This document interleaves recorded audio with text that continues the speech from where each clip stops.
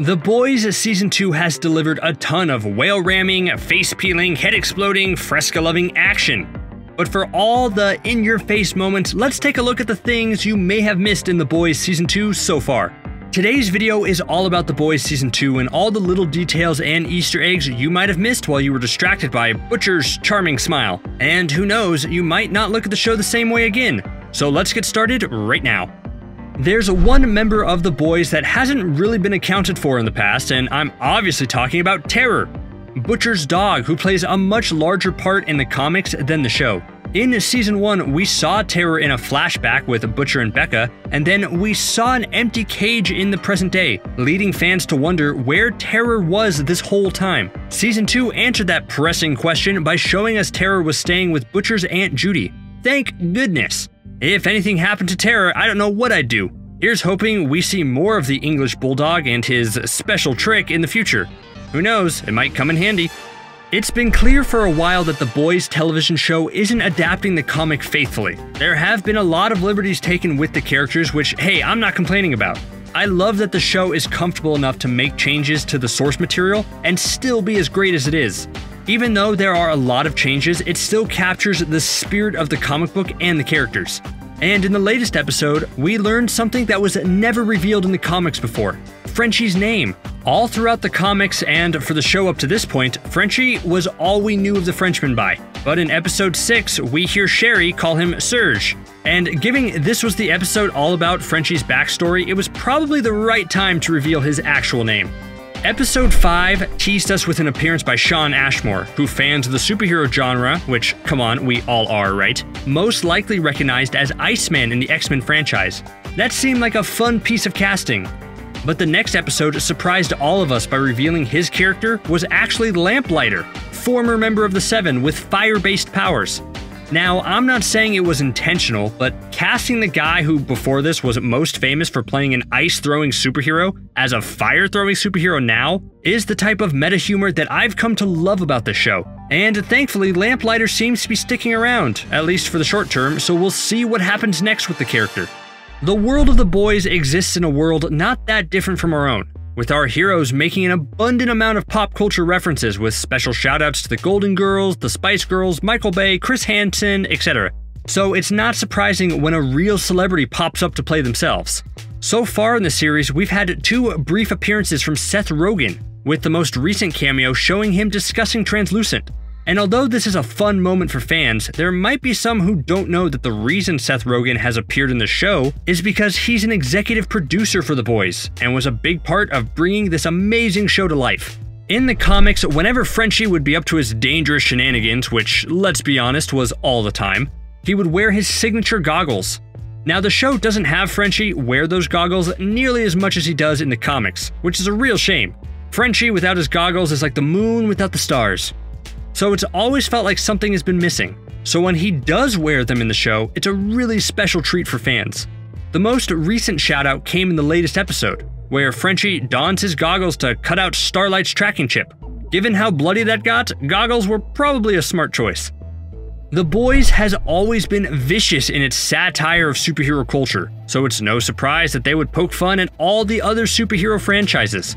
While watching a scene from their objectively terrible upcoming movie The Dawn of the Seven, it's mentioned how the new Joss rewrite really sings, which obviously is a reference to Joss Whedon and his rewrite of the disastrous Justice League movie. But it's not just the DCEU that gets ripped apart.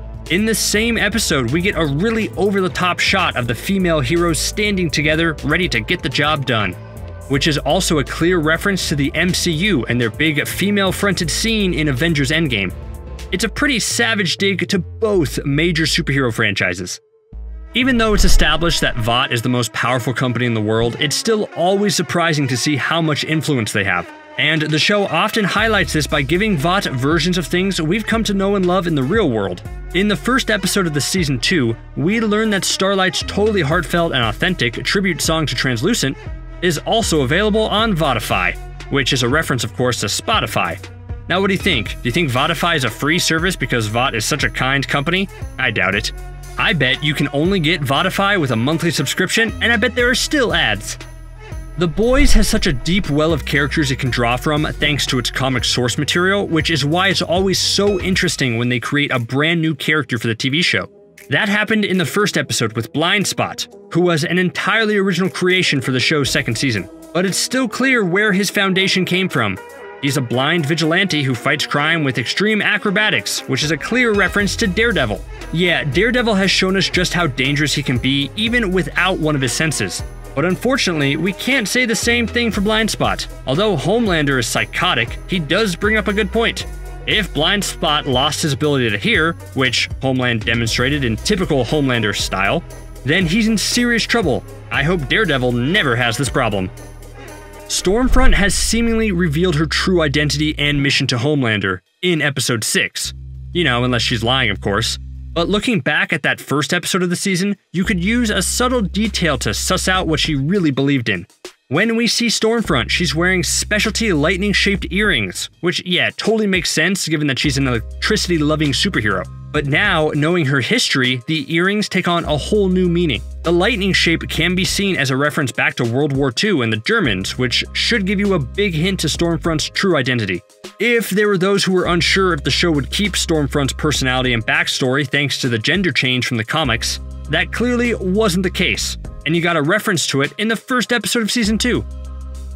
Rainer's brutal death in the first episode of the season was absolutely mind-blowing. Okay, very poor choice of words, but still shocking. At her funeral, we see Mallory scanning all the flowers until she comes across an edible arrangement, with Billy later mentioning how Rainer probably would have appreciated that.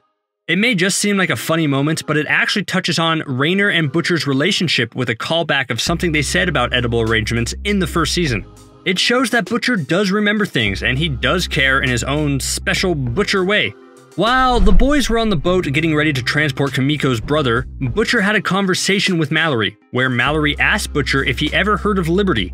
This, of course, eventually leads to the Stormfront reveal, but we actually had a small shout-out to Liberty even earlier. A poster can be seen in the background of a scene with the mysterious Liberty on the cover promoting a feminine hygiene product. It's a blink and you'll miss it moment, and if you did see it the first time, then you probably thought nothing of it. It's only after realizing how important the Liberty persona is that this moment becomes special.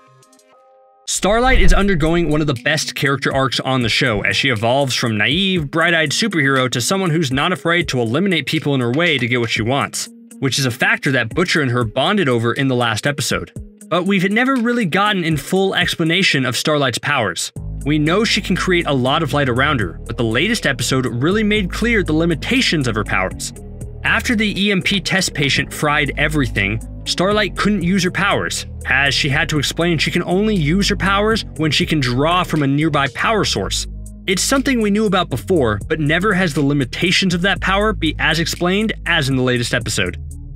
The Deep is on a fascinating character arc this season, as we're forced to ask ourselves if he's capable of redemption, though he's getting himself involved with a major cult that is no doubt brainwashing the susceptible Aquaman stand-in.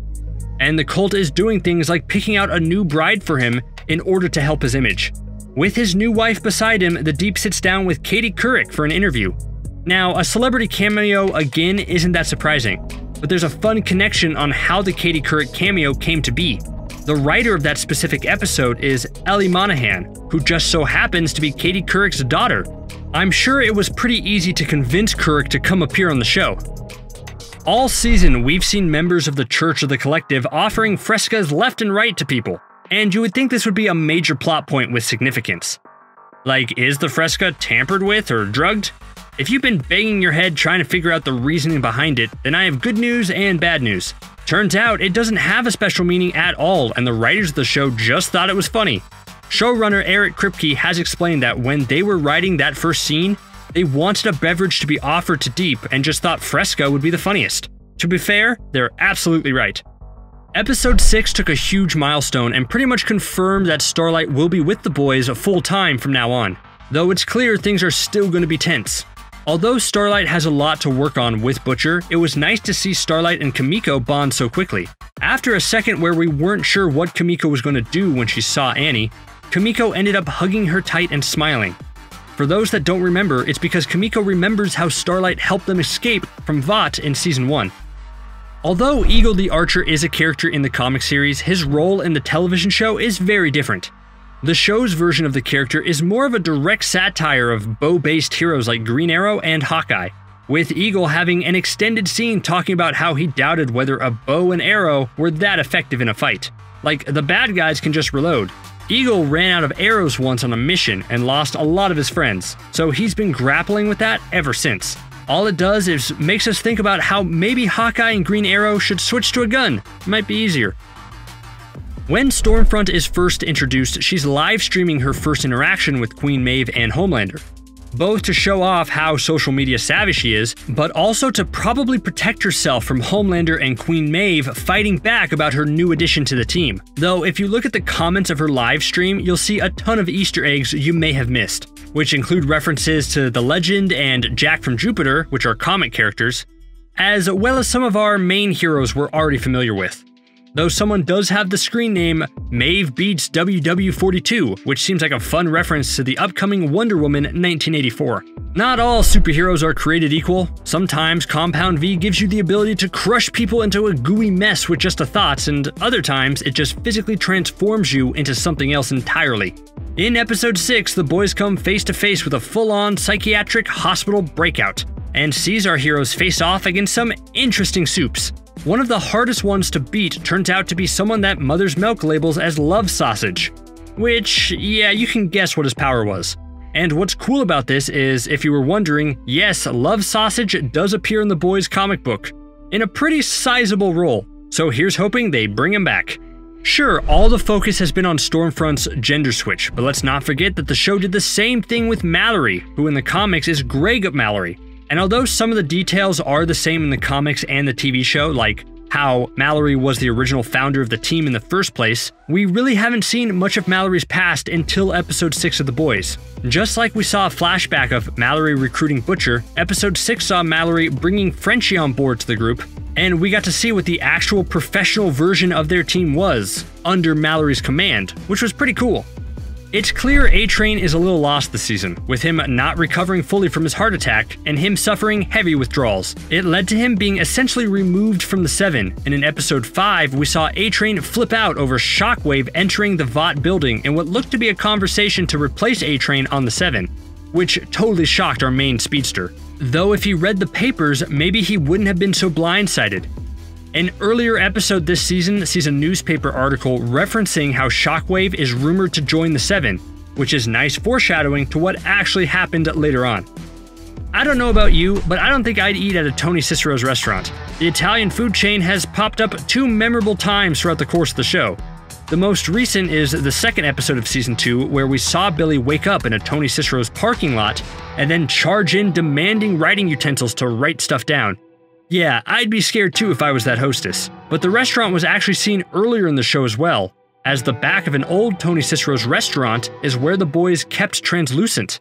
And that was the site of Huey's first kill in the series, where he blew the evil soup to bits. When talking about being the hero of a story, Huey says he's no Lee Marvin, but maybe he could be a Harry Potter, a John Connor, or what's her name from the Hunger Games. To which Frenchie immediately chimes in with Katniss Everdeen's name. It's a really funny scene, but what makes it even better is the fact that Jack Quaid, the actor who plays Huey, was actually in the Hunger Games franchise. He was in the first movie as one of the evil tributes that caused trouble for Katniss. Knowing his connection with the Hunger Games franchise makes Huey's speech even better, don't you think? Right now, the minor character known as Congresswoman Newman has been a serious thorn in the side of heroes like Homelander.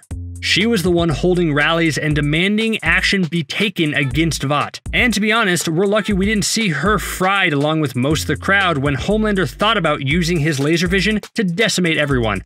Now, the character of Newman is based off a comic character named Vic the Veep, whose real name is Victor Newman. In the comics, Vic is the vice president who's super important in helping the Seven get into the military. Now, it's clear this version of the character is different for the show, with Congresswoman Newman seemingly being a reference to the very real Congresswoman Alexandria Ocasio-Cortez in terms of style and attitude. There's a lot of darkness so far in The Boys Season 2, but one of the bright spots of pure joy occurred when Huey and Annie sang along to Billy Joel's "We Didn't Start the Fire" while driving to find out information about the superhero known as Liberty. It was nice to see this little moment of happiness in a show that normally puts our main characters through the emotional ringer. But the really fun thing about this is the song is coincidentally from Billy Joel's album, Stormfront. And it's probably no coincidence that our heroes were on a trip to find out Liberty's true identity, right? They should have taken the hint. Billy Joel practically told them that Liberty was going to be Stormfront.